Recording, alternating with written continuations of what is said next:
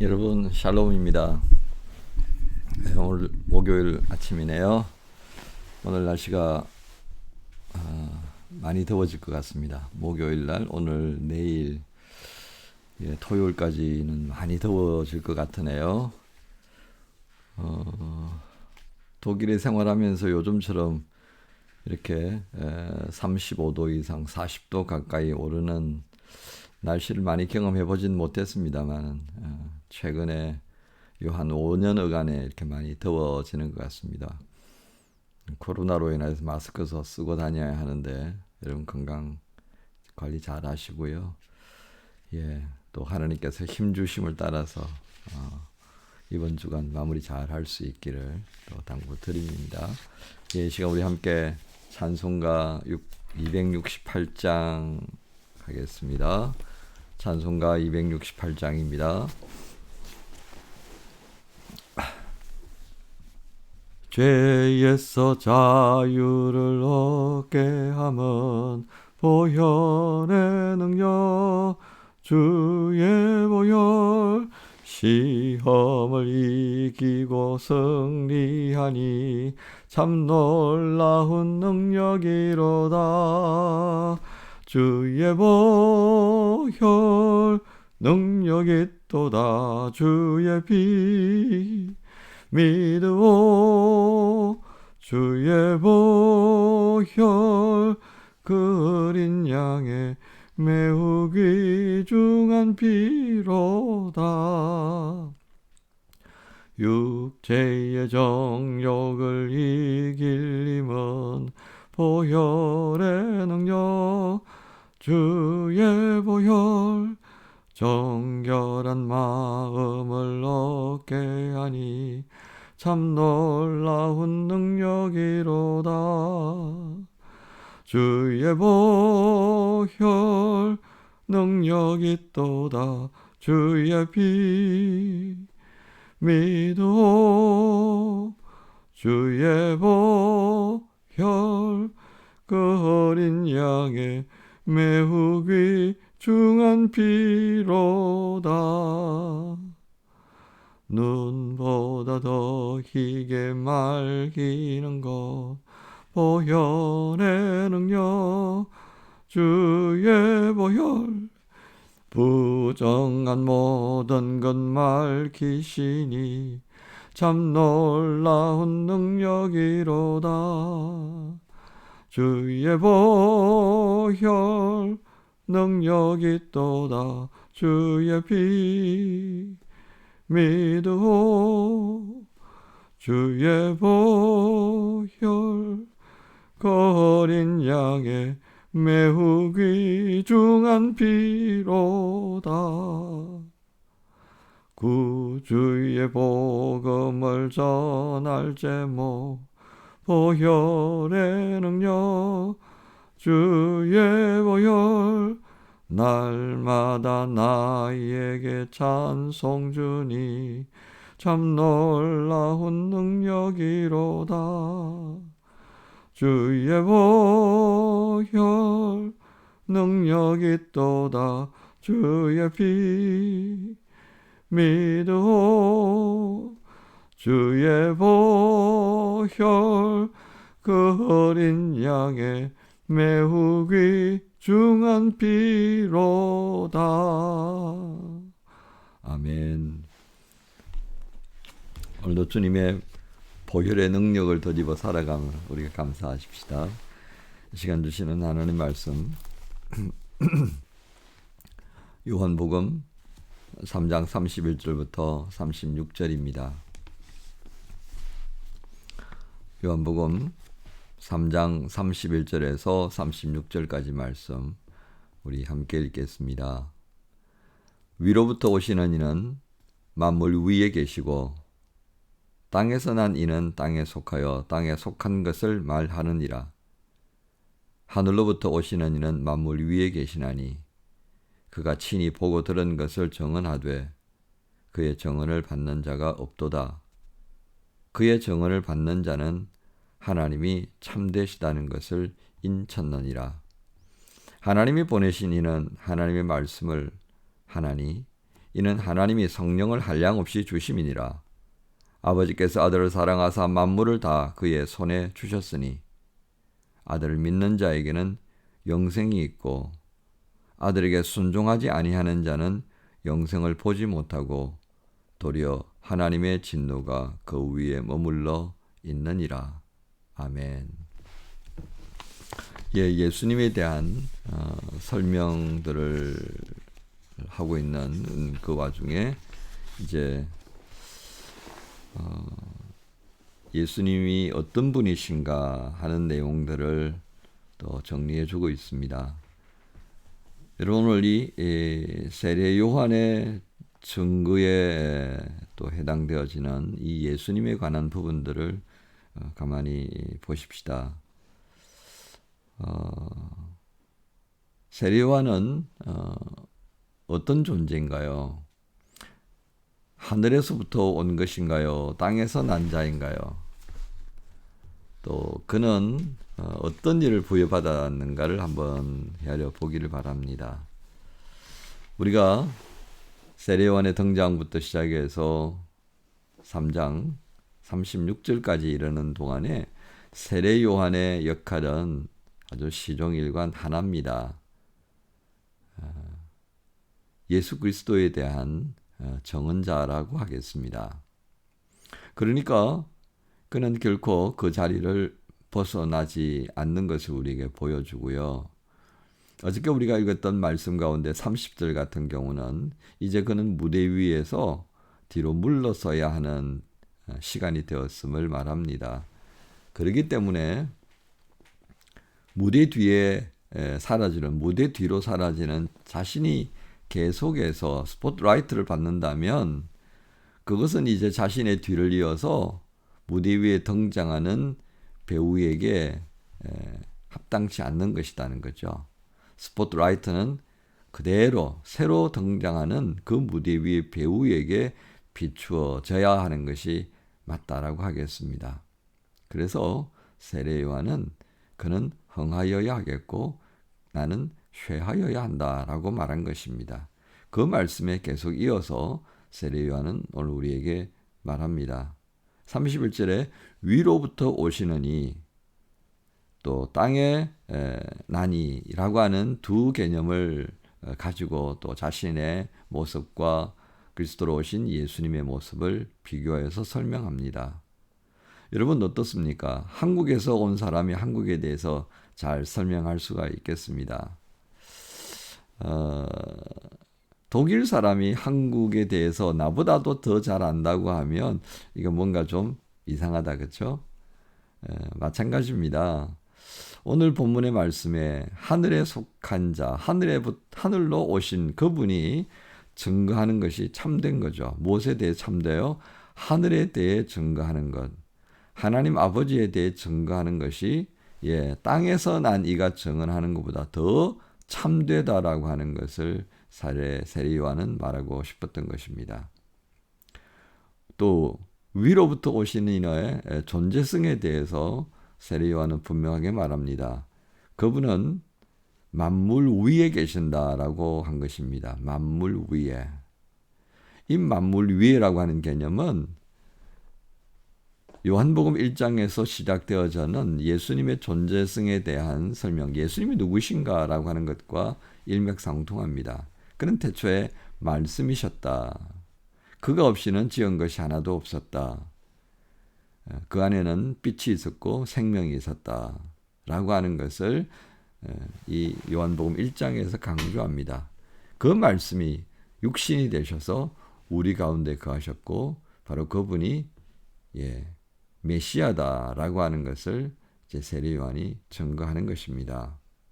그래서 32절에 그가 친히 보고 들은 것을 증언한다라고 한 것이죠. 세례 요한은 어떻습니까? 친히 보고 들은 것이 아니라 하나님께서 주시는 그의 입에 담겨주신 메시지, 곧 그는 메신저였을 뿐입니다.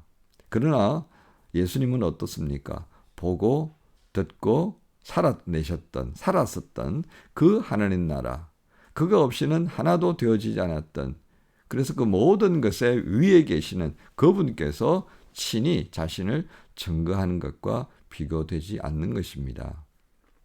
그런데 어떻습니까? 세례 요한의 말에 대해서도 왈가왈부했던 사람들이 하물며 하늘에서 오신 그리스도의 하늘에 관한 증거들을 그대로 받아들일 수 있었겠습니까? 그렇지 못했었습니다. 바로 여기에 이 땅에 속한 자들이 가지고 있는 맹점이 드러나는 것이지요. 그러나 그 중에는 이분의 그리스도께서 하시는 말씀에 아멘으로 받아들이는 자가 있더라는 것입니다. 그들이 누구겠습니까? 세례 요한이 그러했고요. 그 세례 요한의 뒤를 이은 많은 제자들이 그렇게 그리스도를 영접하는 삶이 되어진 것을 봅니다. 그런데 세례 요한은 그것에 대해서 뭐라고 표현합니까? 하나님이 보내신 이는 하나님의 말씀을 하나니 하나님이 성령을 한량없이 주셨습니다. 이 성령이 흘러가는 거죠. 그냥 성령이 막무가내로 중국 요즘 홍수로 굉장히 많이 어려움을 겪습니다. 이게 홍수가 나면 이 물이 허락을 받고 집으로 들어오는 게 아니다. 그렇죠? 그냥 막 들어와 버려요. 텀이 있는 곳에는 다 들어와 버리고요. 물의 수압이 약한 것은 다 밀어버리면서 물이 들어가 버립니다. 아주 폭압적이죠. 그러나 성령은 그렇지 않습니다. 아주 인격적입니다. 예수님께서 요한계시록을 통해서 말씀하신 바가 있죠. 내가 문 밖에 서서 두드리노니 누구든지 나를 영접하는 나는 그와 더불어 먹고 마실 것이다. 이것입니다. 예수님께서 굉장히 인격적이시고요. 성령님도 굉장히 인격적이십니다. 우리의 의지가 정말 순종하는 마음으로 예수님을 주로 고백할 수 있도록 만들어 가시는 거죠. 눈으로 볼 수 있게도 해주시고 그게 이적입니다. 현상이죠. 마음의 감동도 주십니다. 이게 말씀의 능력입니다. 때로는 보게 하시고 때로는 느끼게 하시면서 우리의 마음이 녹아지는 게 이 강팍한 마음들이 녹아질 수 있도록 계속 상황을 만드십니다. 구애하듯이요. 구애하듯이. 그래서 구애할 때 그 진심을 알고 정말 저가 나를 사랑하는구나. 정말 그녀가 나를 사랑하는구나. 이렇게 해서 이제 소위 말하는 열매가 맺어지는 것 아니겠습니까? 하나님께서 그렇게 하기 원하시는 거예요. 그래서 눈높이 우리가 그 하나님의 사랑 앞에서 녹아질 수 있도록 눈높이 하기 위하여서 눈높이를 낮추기 위해서 성육신 하신 것입니다. 그런데 어떻습니까? 거부하는 거예요. 안 받는 거예요. 그런데 받는 사람이 있어요. 이 받는 사람을 뭐라고 표현했습니까? 33절에 보면 하나님이 참되시다는 것을 인쳤느니라. 하나님께서 그의 마음에 인을 치시고 그의 생각에 인을 친 사람들이다 라고 하는 것을 여기에서 보여주고 있습니다. 그만큼 이 받아들인다는 것이 얼마나 쉽지 않은가. 그 자체가 바로 은혜다라고 하는 것을 우리에게 확인시켜 주시는 말씀이 되는 것입니다. 자, 그런데 여기 우리가 하나 주목할 부분이 있는데요. 34절 하나님이 보내시는 하나님의 말씀을 한다고 했습니다. 그리스도께서 하나님과 함께 계셨고요. 우리의 구원을 위하여서 아주 위대한 사명을 위탁받으셨습니다. 그래서 우리 가운데 오셨죠. 그러니까 예수님께서 하시는 말씀의 핵심은 어디에 있겠습니까? 결국 우리를 구원하려고 했던 성부의 그 메시지를 우리에게 증거하는 것이 핵심입니다. 그래서 오늘 34절에 하나님이 보내시는 하나님의 말씀을 한다 그랬습니다. 세례 요한 자신도 그랬었고요. 그렇죠? 예비하는 자니까 예비하는 자의 충실한 모습으로 그렇게 하셨고 또 예수님께서도 하나님 나라의 복음을 증거한 겁니다. 여기에 핵심이 있습니다. 아버지께서 일하시니 나도 일한다 라고 하는 부분들을 또 우리가 생각하게 되고요. 아버지의 기뻐하시는 것을 위해서 내가 이렇게 한다라고 하는 것도 우리가 보게 되고 그래서 요한복음의 말씀의 흐름은 철저하게 성부와 성자와 성령이 같이 가는 겁니다. 그것에 근거하여서 이 부름을 받은 사람들, 보냄을 받은 이들이 주의 뜻을 따라서 충성된 자의 역할들을 감당하는 것이죠. 여기서 우리는 한 걸음 더 나갑니다. 우리 그리스도인들은 어떤 자들입니까? 우리는 부르심을 받은 자들입니다. 보냄을 받았던 이들이 있었고요. 부르심을 받은 이들이 있습니다. 누구로부터 부르심을 받았습니까? 예수 그리스도를 통하여 하나님 아버지의 부르심을 받은 자들입니다. 그러면 또한 우리 역시 어떻게 해야 되겠습니까? 우리의 입술에 있는 것은 아버지의 뜻하시는 바입니다. 그 핵심 가치가 뭐예요? 구원이라고 하는 것입니다. 그래서 우리의 말이 어떤 것이 담겨 있어야 해요? 살리는 것입니다. 부정적인 언어를 바라는 것보다도 하나님 나라에 속한 것들, 아버지의 마음이 담겨 있는, 그렇다면 여러분 아버지의 마음이 이 요한복음에서는 뭐라고 표현하고 있습니까? 사랑입니다. 이처럼 사랑하사 너희에게 독생자를 보내셨다. 이것이 하나님 아버지 마음의 핵심입니다. 우리가 이것을 입술에 담고 있어야 합니다. 그래서 우리가 뭘 말해야 합니까? 하나님 당신을 사랑합니다. 여기서 항상 시작해야 된다는 거죠. 뭐 세상 살다 보면 이런 꼴 저런 꼴 다 보이잖아요. 그렇죠? 그런데 그거 지적하는 것이 우리가 문제 해결되는 건 아닌 것 같더라고요. 그래서 우리의 마음에 참 악한 것이 많기 때문에 이 지적하게 되어지면 그때부터 이 마음에요. 강팍한 마음 이제는 뭐라고 그래야 되나 이제 독을 품어냅니다. 그 독을 품어내지 못하도록 눌러줘야 돼요. 그 눌러줘야 되는 게 뭐겠습니까? 사랑의 마음으로 시작하지 않으면 이게 눌러지지가 않아요. 그렇죠? 경험하신 분들이 있죠. 그렇습니다. 목회하면서 늘 겪는 것이 이제 이런 것입니다.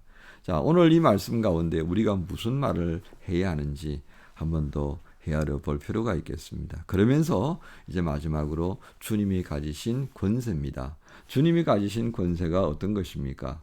35절에 보면 아버지께서 아들을 사랑하사 만물을 다 그의 손에 주셨다 그랬습니다. 만물 위에 계신 그분의 어떤 역할에 대한 부분에 있어서 그 역할을 감당해낼 수 있는 능력이 어떠함인가를 보시는 겁니다.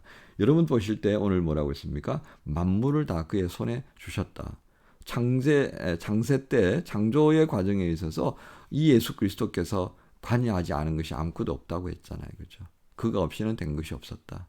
자, 그런 존재 가치 안에 36절에 보십시오. 아들을 믿는 자에게는 영생이 있고 순종하지 아니하는 자는 영생을 보지 못하고 도리어 진노가 있다. 그렇게 했습니다.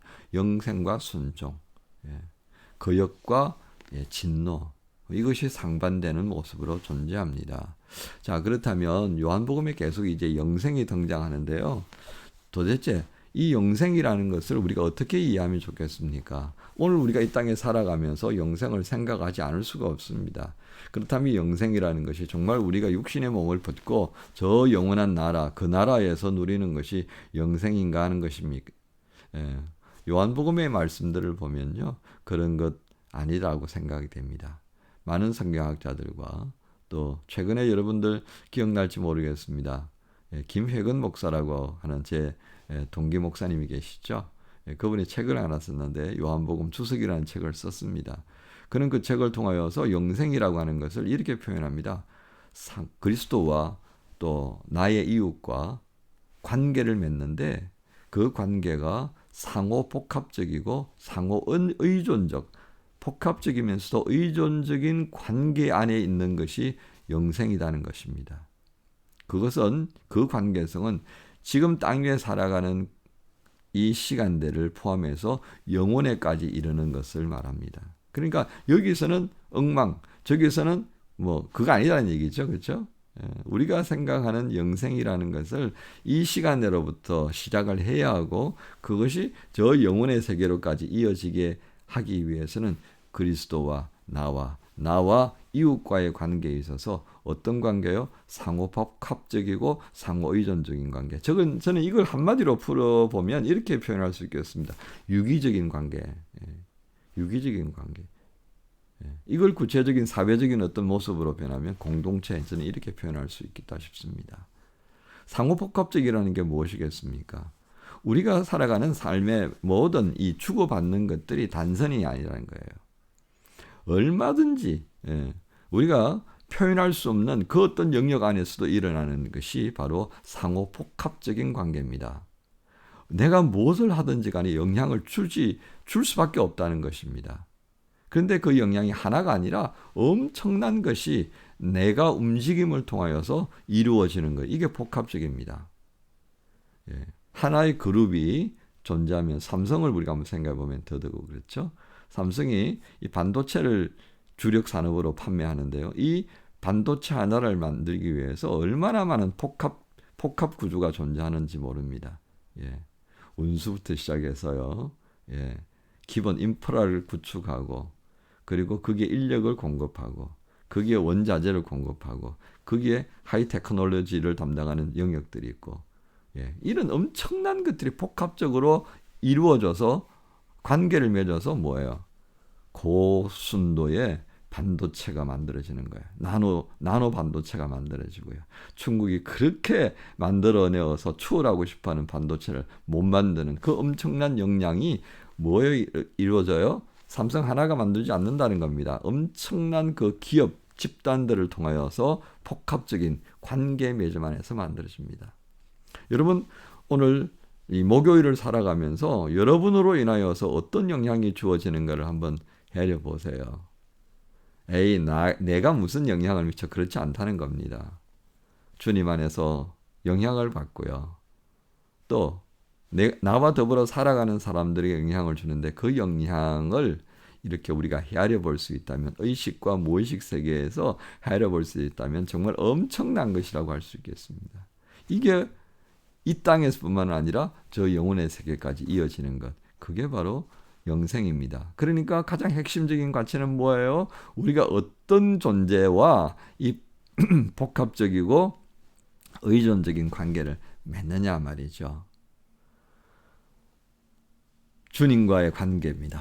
이웃과의 관계입니다. 거기에서 오늘 그리스도께서 우리에게 주시는 이 엄청난 영향력을 받고 공급을 받고 힘을 얻고 그것이 또 다른 반응을 일으키면서 또 다른 누군가와 관계를 맺는 삶. 이것이 바로 우리가 지향하는 영생의 모습이다라고 하는 것을 오늘 요한복음에서 우리가 느낄 수가 있는 겁니다. 사랑하는 우리 하나님 주님의 교회 가족 여러분, 우리는 누구를 믿습니까? 우리가 믿고 섬기는 분이 누구십니까? 예수 그리스도십니다. 그분을 통하여서 하나님 아버지를 섬기고요. 성령님의 인도하심 앞에 순종하며 살아가는 사람들입니다. 하나님 아버지께서는 예수님 안에서 우리에게 어떤 복을 주셨습니까? 영생의 복을 주셨습니다. 우리가 그것 이 땅에 사는 동안에 누리고 살아야 하지 않겠습니까? 저기에 가서만 살아야 합니까? 아닙니다.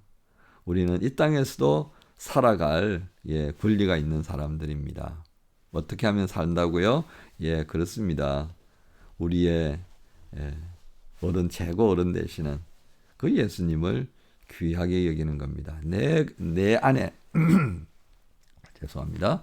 내 안에 그분이 계시고 내가 그분 안에 계심으로 인하여서 그분과 내가 상호 복합적인 관계를 맺는 겁니다.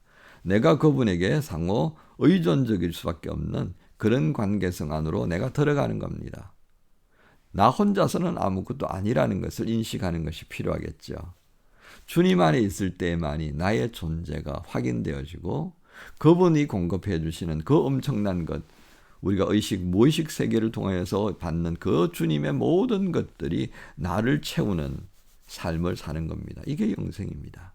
또 그렇게 채워진 것들을 또 다른 누구와 상호 복합적인 관계, 상호 의존적인 관계를 맺으면서 사는 거죠. 이게 오늘 우리가 몸담고 있는 만하임 주님의 교회의 모습이고 그렇게 되어야 합니다. 때때로는 어려운 부분들이 생겨납니다. 왜요? 그건 우리가 가지고 있는 태생적 한계가 있기 때문입니다. 그 태생적 한계를 우리가 인정해야 합니다. 그거 외면할 수가 없어요. 육신을 벗는 그 순간까지 우리가 그것 인정하면서 겸손해질 수밖에 없는 겁니다. 그리고 육신의 이 모든 한계를 벗는 그날에 우리는 또 다른 세계에서의 영생을 누리게 될 것입니다. 우리가 믿는 주님을 여러분 붙드시기 바랍니다. 주님은 우리를 붙드셨습니다. 살리시려고 붙드셨습니다. 우리가 그 붙드심 앞에 순종하며 사는 것이 오늘 그리스도인들의 삶의 몫이 아닐까 싶습니다. 요한복음 어떻게 보면 쉽고 어떻게 보면 좀 어렵기는 합니다만은, 그러나 우리가 요한복음을 또 읽고 나면 지금까지 또 다른 복음서를 통해서는 알지 못했던 그런 복음의 깊이와 넓이를 여러분들이 깊이 헤아려보는 즐거움을 갖게 될 것입니다. 오늘 우리를 찾아오신 그리스도 예수십니다. 그분이 우리의 주인 되셨고요. 그분이 우리와 영원한 관계를 맺기를 원하십니다. 그분과 함께 오늘도 동행하시면서 영생의 깊이와 넓이를 조금 더 경험하는 복된 하루 되시기 바랍니다. 이 시간 함께 기도하십시다. 참, 그리고 여러분에게 중보 기도하자고 했던 명환이 어저께 수술 잘 마쳤고요. 이제는 상태를 좀 봐야 될 것 같습니다. 연골이 찢어져서 손상되었고 십자인대가 이제 파열되었기 때문에 이식 수술을 할 수밖에 없었다고 합니다. 경과가 좋아서 속히 회복되고 다시 건강한 모습으로 우리가 만날 수 있도록 여러분 계속 기도해 주시기 바랍니다. 이 시간 함께 기도하십시다. 하나님 아버지, 감사합니다. 오늘 세례 요한을 통하여서 우리가 믿고 섬기는 예수님이 어떤 분인가 또 한번 알게 해 주셨습니다. 우리는 땅에 태어난 자지만 그러나 주께서는 하늘에서 오신 분임을 다시 한번 확인시켜 주셨습니다. 만물 위에 계시고 우리에게 영생을 주시며 그분에게 순종함으로 영생의 삶을 누릴 수 있는 은혜의 자리에 세워주신 것을 감사합니다.